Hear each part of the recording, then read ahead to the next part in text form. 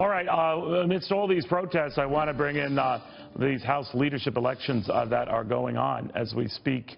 They're expected to be rather perfunctory, not so much on the Democratic side where they delayed their own elections.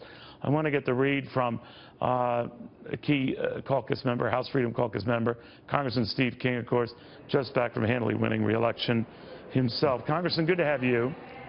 Good to be back, Neil. Thanks. It sounds like a lot of the infighting and all that got a lot of press attention during the campaign among Republicans, that seems to be settled. And now it's the Democrats whose own infighting got zero attention. That's quite another matter. What do you make of the odd turn of events?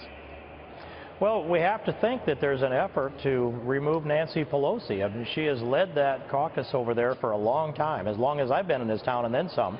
And so now that they've been devastated in this election, when they had all of the tools and all the anticipation that they would sweep through and at least pick up significant seats in the House, they failed to do that. And I'm going to say that's a reflection of infighting, that the last-minute announcement that they would delay these leadership votes, that says that there's a real challenge to Nancy Pelosi.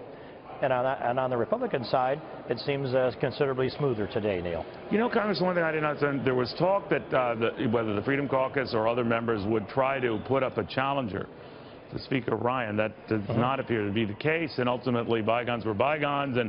And hearing Paul Ryan today, he was singing Donald Trump's praises, says he's talked to him every day since the election. So are they copacetic now? How would you describe it? Well, I would say it works out this way, that I think people are reflecting on this, that Donald Trump reached out to Paul Ryan right away after the election. They've been in dialogue at least once a day, sometimes more than that, every day since the election. I think the biggest signal is this, that when Donald Trump named Reince Priebus as his chief of staff, then that message is he wants to work with Paul Ryan as Speaker. That linkage back through Wisconsin and that linkage to their personal friendship sends a strong message to House Republicans that if the President-elect of the United States has made his commitment to work with this leadership team, then we need to continue our commitment to work with the President-elect and this leadership team to line up the Trump agenda and just go with a no-huddle offense here come January 3rd. I noticed that the leadership has been very quiet about a similar key appointment of that of Steve Bannon as, I guess, administration chief strategist, whatever you want to call it, setting up, obviously, what could be a battle with Reince Priebus in the chief of staff position. But no one in your party that I know of, in the higher-ups like yourself, has talked about that. Or are you saying this is fine, you can deal with it? What?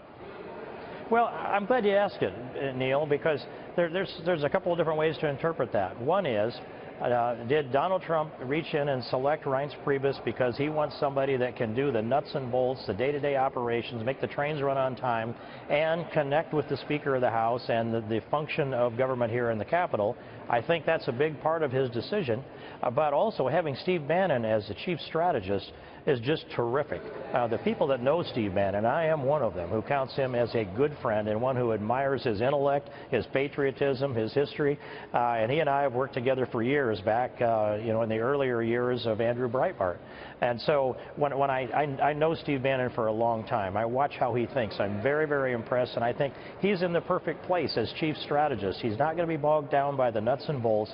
He's going to be the guy that's really creating and generating and empowering a strategy from the White House. It's coherent, principled, constitutional, and conservative. You're the only one in leadership, sir, who has talked about that and said that, and many would probably agree with you, but when I don't hear it out of the others, I wonder, are they just hoping Steve goes away, or that this issue gets lost in future cabinet appointments, that sort of stuff? What? Well, I just don't think that they know him that well. When I think of the circles that he travels in and the places where I've seen Steve Bannon, he's been in the trenches working away, but he hasn't reached out and made relationships across the hill in the fashion you might think. So I think they just need to get to know him. And of course, we're watching the left now launch an assault on Steve Bannon and do a critical thinking on him, picking out little quotes and things and trying to embellish that and trying to get America energized against him. This isn't a position that's confirmed. This is Donald Trump's decision.